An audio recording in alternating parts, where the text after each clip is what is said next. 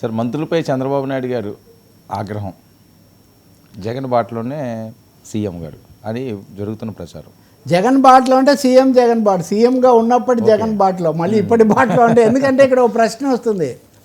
ఇప్పుడు జగన్మోహన్ రెడ్డి ప్రతిపక్ష నాయకుడు లేకపోతే ఇంకొకరు మాట్లాడితే చంద్రబాబుకి చాలా కోపం వస్తుంది. ఇప్పుడు మనం విమర్శిస్తే వెంటనే కింద ఇష్టం వచ్చిన కామెంట్స్ పెడతారు. కానీ మీరు ప్రతి మంత్రివర్గ సమావేశంలో మంత్రులందరూ సరిగా పనిచేయడం లేదు, కొంతమంది సమస్యల మీద కూడా దృష్టి పెట్టడం లేదు, మీరు మాజీ మంత్రులు అయిపోతారు జాగ్రత్త అని హెచ్చరికలు చేస్తుంటే అసలు మంత్రుల అస్తిత్వాన్ని ఆత్మగౌరవాన్ని ఏమైపోతుంది? ఎందుకు అన్నిసార్లు చెప్తున్నారు? ఇంతగా వాళ్ళ మీద చిందులు తొక్కడానికి కారణం ఏంటి? రెండు కనిపిస్తున్నాయి నిన్న చెప్పిన దాంట్లో. మొన్న కూడా నేను మీకు చెప్పా, ఎమ్మెల్యేల పనితీరు మీద నేను సమీక్షలు తెచ్చుకుంటున్నాను.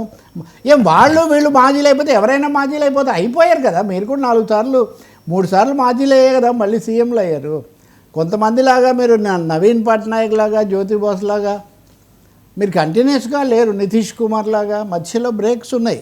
కాబట్టి ప్రజలకు నచ్చకపోతే, సరైన పాలన చేయకపోతే మాజీలు అవుతారు ఎవరైనా. అది ప్రజాస్వామ్య సూత్రం, అందులో పెద్ద సమస్య లేదు. కానీ పని కట్టుకొని మంత్రులను ఒక మంత్రివర్గం అనేది సమిష్టి బాధ్యత. ముఖ్యమంత్రి, మంత్రులు, ఉప ముఖ్యమంత్రి కూడా ఇప్పుడు ఉన్నారు, వేరే పార్టీ అయినా. మీరు పదే పదే మంత్రులను పోనీ సమస్యల మీద ఏమైనా అంటున్నారా?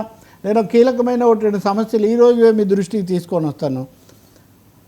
ఒక ప్రాజెక్టుల మీద అంటున్నారా, లేకపోతే పనుల మీద అంటున్నారా? అదే అనడంలో మీరు ఏమంటున్నారంటే ప్రతిపక్షం, ముఖ్యంగా వైఎస్ఆర్ పార్టీ వాళ్ళు మన మీద దాడి చేస్తుంటే మీరు ఎదుర్కోవడంలో విఫలమవుతున్నారు. ఇప్పటికే ఒకరినొకరు తిట్టుకుంటుంటే భూత పురాణాల్లాగా మారిపోయి రాజకీయాలని జనం చెవులు మూసుకుంటుంటే ఇంకా మంత్రులు తిట్టండి, లేకపోతే ఇంకా మీరు తిట్టండి అంటే ఇంకా మరిన్ని పెంచాలా?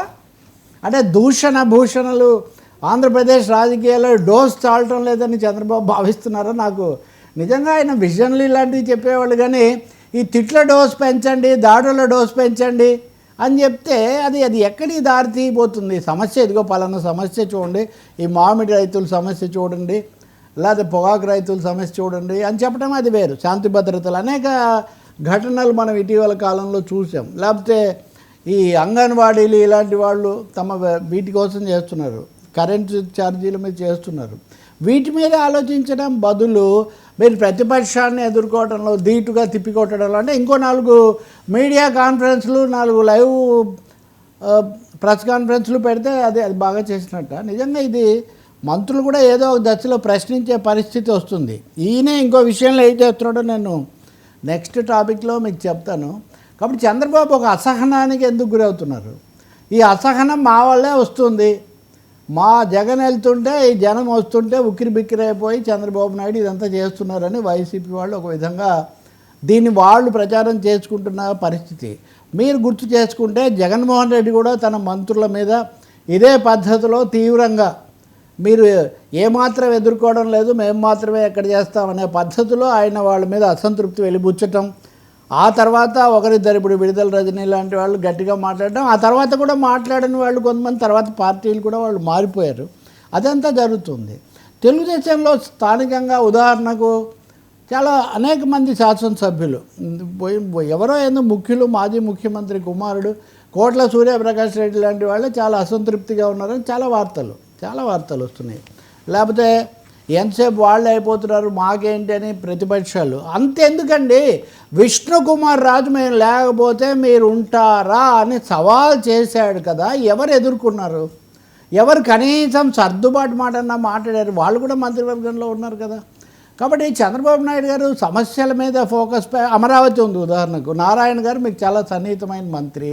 7 ఏడాది అయిపోయింది, అమరావతిలో ఏమీ అంత సంతృప్తి లేదు, మీరే స్వయంగా రంగంలోకి దిగి మీటింగులు పెడుతున్నారు. మీరు నారాయణ గారి మీద లేకపోతే ఆనం రామనారాయణ రెడ్డికి ఆయనకు మధ్యలో మొన్న బహిరంగంగా జరిగిన వివాదం, ఏ విషయాల మీద మీరు మాట్లాడారు? అంటే ఎంతసేపటికి కూడా ప్రతిపక్షాల గురించి ఆలోచిస్తున్నంతగా మీరు పాలన ప్రభుత్వంలో ఉండి చాలా అనుభవం లేని వాళ్ళు దాని మీద ఎందుకు ఫోకస్ పెట్టడం లేదు అనే ప్రశ్న ఇక్కడ ఉత్పన్నమవుతుంది. బహుశా చంద్రబాబు ముందు చెప్పారో తర్వాత చెప్పారో, లేకపోతే ముందే ఫోన్లో చెప్పారో. నిన్న అచ్చెన్నాయుడు, పయ్యావుల కేశవ్, ఆ తర్వాత మనోహర్, అలా వరుసగా నిన్న కందులు దుర్గేష్, చాలామంది మంత్రులు నిన్న కొంచెం తీవ్ర స్థాయిలో మాట్లాడడం మనం చూసాం. కానీ ప్రజలు కోరుకునేది మీరు చెయ్యాలి, చేయకపోతే వాళ్ళు చెప్పాలి, మీరు వాళ్ళు కలిసి తమకు పనులు చేయాలని కోరుకుంటారే కానీ ఒకరినొకరు ధీటుగా ఎదుర్కోవటం గురించి కాదు. ఇప్పుడు నెల్లూరులో వేముల ప్రశాంత్ రెడ్డి ఆ అంశం ఉంది, అందరూ ఖండించారు కదా. ఇంకా మంత్రులు ఎందుకు, అసలు రాష్ట్రము ప్రజలందరూ ప్రతిపక్షాలు కూడా ఓన్ చేసుకున్న తర్వాత కానీ ఎందుకు ఇన్నిసార్లు అసహనానికి గురవుతున్నారు? దీంట్లో రాజకీయ సందేశం ఏదైనా ఉందా? మంత్రివర్గంలో భారీ మార్పుకు చంద్రబాబు నాయుడు గారు రంగం సిద్ధం చేస్తున్నారా? రేపు లోకేష్ గారు మా పదవి బాధ్యతలు తీసుకుంటారనే కథనాలు వస్తున్న నేపథ్యంలో ఆయనతో పాటు సహజంగా మంత్రివర్గం కూడా మారుతుంది కదా.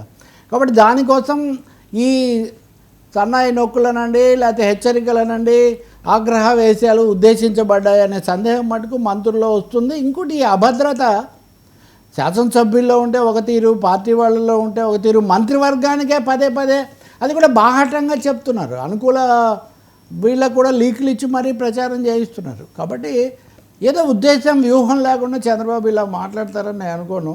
ఆయన మార్పులకు రంగం సిద్ధం చేస్తున్నారు. బహుశా చాలామంది మీద వేటు పడవచ్చు, మాట ముందు పడిన తర్వాత అది వేటు పడుతుంది అనే దానికోసం ఆయన సిద్ధం చేస్తున్నారేమో అని అనుకోవాలి. పైగా బాగా ఉన్నవాళ్ళని చెప్పే జాబితాలో ఎవరు ఉండలేదు. గతంలోనే కనీసం పవన్ ఏదో చేశారు, లేకపోతే ఇంకొకరు ఎవరో బాగా చేశారు ఈ పద్ధతులు చెప్పేవాళ్ళు. నిన్న పయ్యావుల కేశవుని మటుకు ఆయన ప్రస్తావించారు, అది మళ్ళీ విడిగా ఉంది. కానీ ప్రజలు మటుకు ఆశ్చర్యపోతున్నారు. మంత్రులు ఒక విధంగా చెప్పలేని, మింగలేని, కక్కలేని పరిస్థితిలో ఉన్నారు. ప్రతిసారి పెద్ద ఆయన మమ్మల్ని తిడుతుంటే